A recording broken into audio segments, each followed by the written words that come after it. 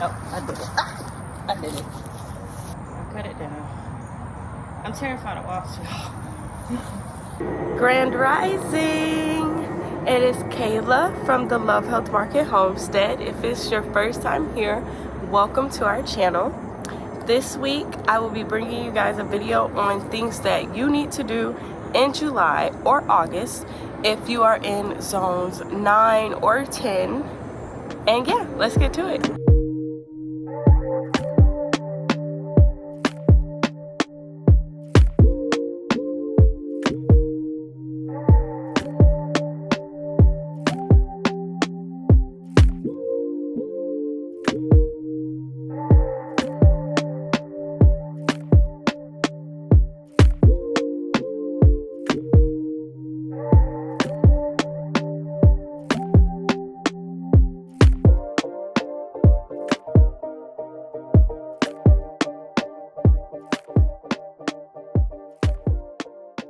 So it is July 26th. Just to give you guys a picture of what's going on for sure.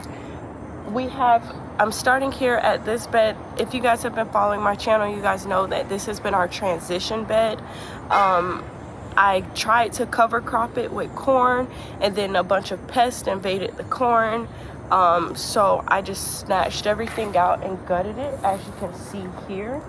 I've ripped out all of the plants and tried to separate them from the beds a little bit. There's only a couple that are remaining. I'll pull that up in a second. That one is completely healthy for some reason, so I just let it stay there. So are the squashes. So today I am going to be re-mulching this. I'm not going to amend it just out of fear that whatever is here would just eat all of the fertilizer out.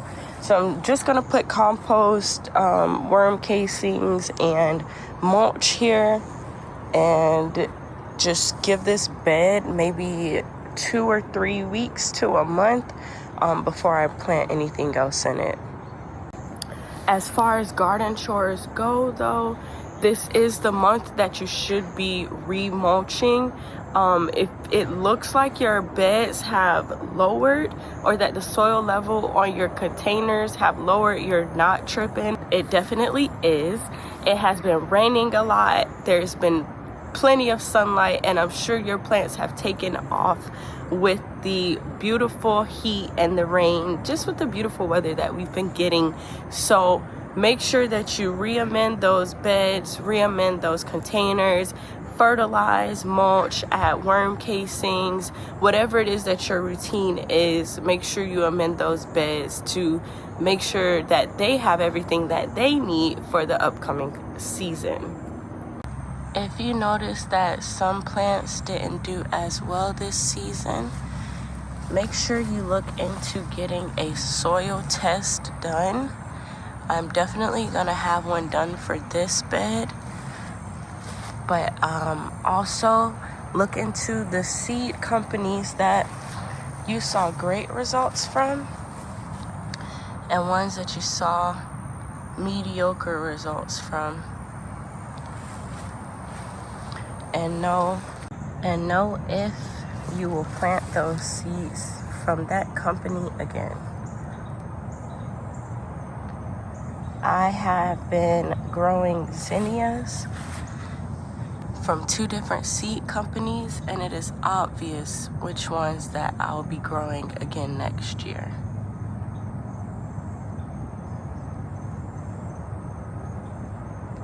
And it is obvious which ones that I will not. Look at how thin the stem is on this one compared to the one over there. If you have not added shade already, I'm sure your garden is feeling it, but it's not too late. You can still add some shade and maybe even start to plant out some of those early fall or shoulder crops like brassicas and spinach, bok choy, leafy greens, and tuck those underneath a shade cloth or start those seeds indoors so that when the season permits, you're ready for transplants. Make sure you remove any spent plants and chop and drop them onto your soil. You will definitely see at this point which plants are thriving and which ones aren't doing so well. Make sure you remove those.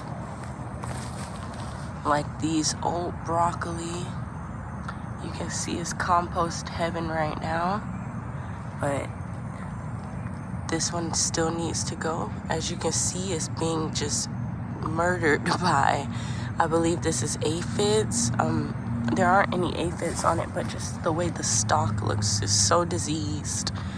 That's the only thing that you will get by having plants in your garden that are out of season is pest pressure. So make sure to keep the pest pressure down. That's already going to be high in this dewy, wet season by only planting things that love the weather, that thrive in this weather. And if you are still trying to give things the benefit of the doubt or just a little bit more time in between the season, make sure that you are keeping them cut as soon as you see signs of struggle or disease.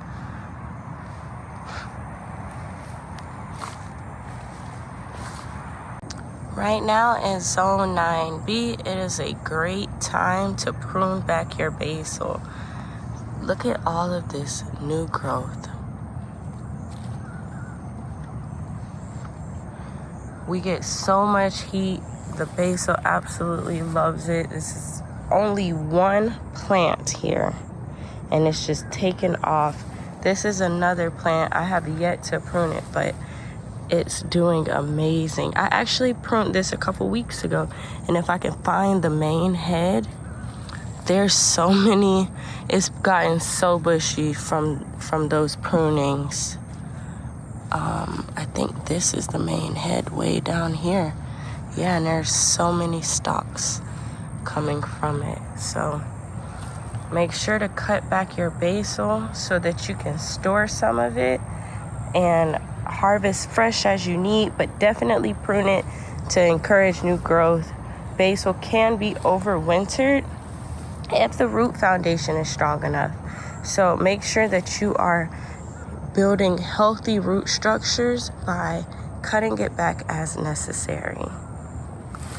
Now, I don't know everything, you guys, so I wanted to ask, because I've been seeing these little seeds or eggs all over this basil specifically. Where's more?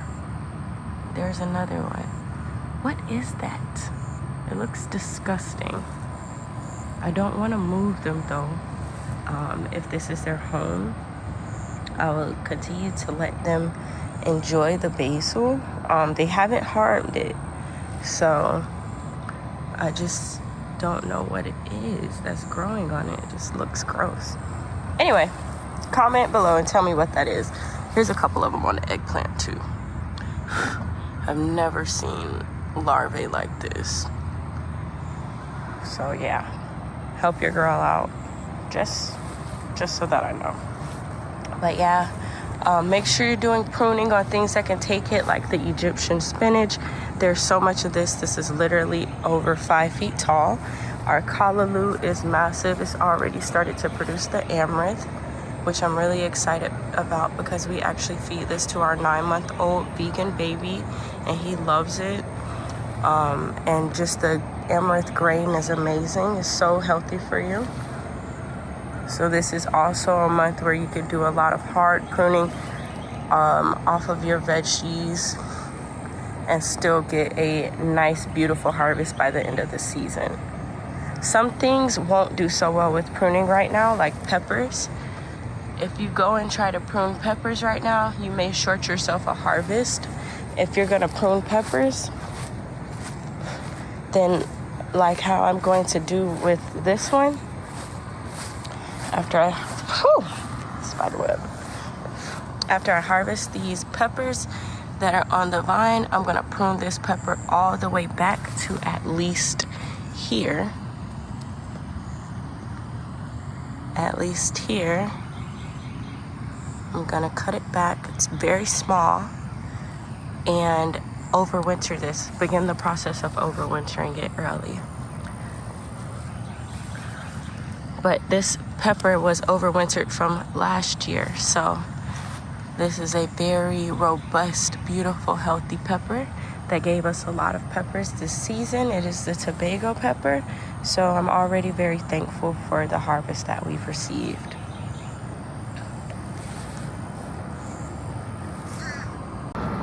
Well, I guess it's time to get into it with this mulch. So I got on my work pants, my work boots. Oh, and another essential for July, other than the attire, is making sure that you're out here early because those temperatures rise very quickly and you want to be able to work smarter, not harder. So let's see what this bed turns into in 3, 2, 1. Voila! A fully mulched and amended garden bed. This will be great for next season to come and just transplant into. Wouldn't recommend direct seeding anything because the mulch is still going to be too clumpy for anything really to find this as a suitable medium. So yeah. Woo!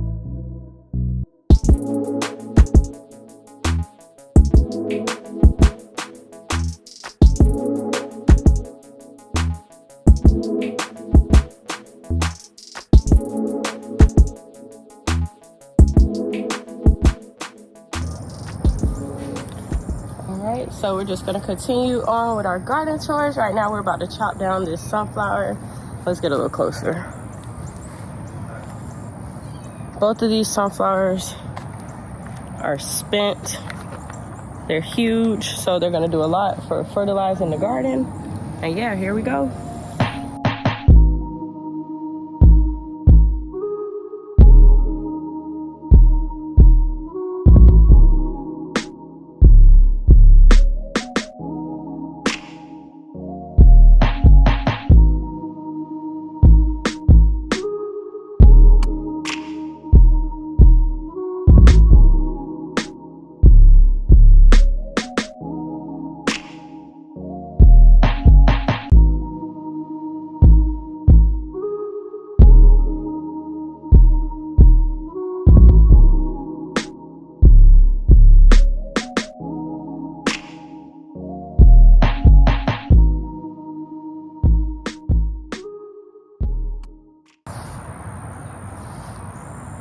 Oh, I did it.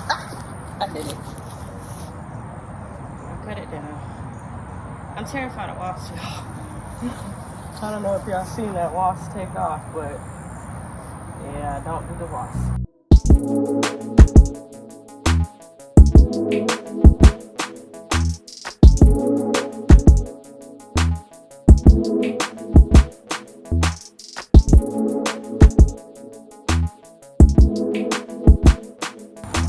Moving on.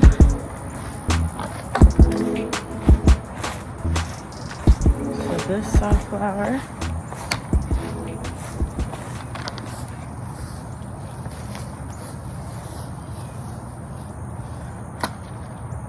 Is this one even ready? I don't think this one's ready at all. Okay. Sorry, baby. I didn't mean. So, if you don't know whether or not to prune something, don't. With the temperatures that we have now, it makes them too susceptible to damage. If they weren't ready to be pruned, then you prune them anyway. Just give them their time. They'll do their natural life cycle regardless, and they'll just go back and feed the soil. So, I think we're pretty much done in the prune department for today. Woo!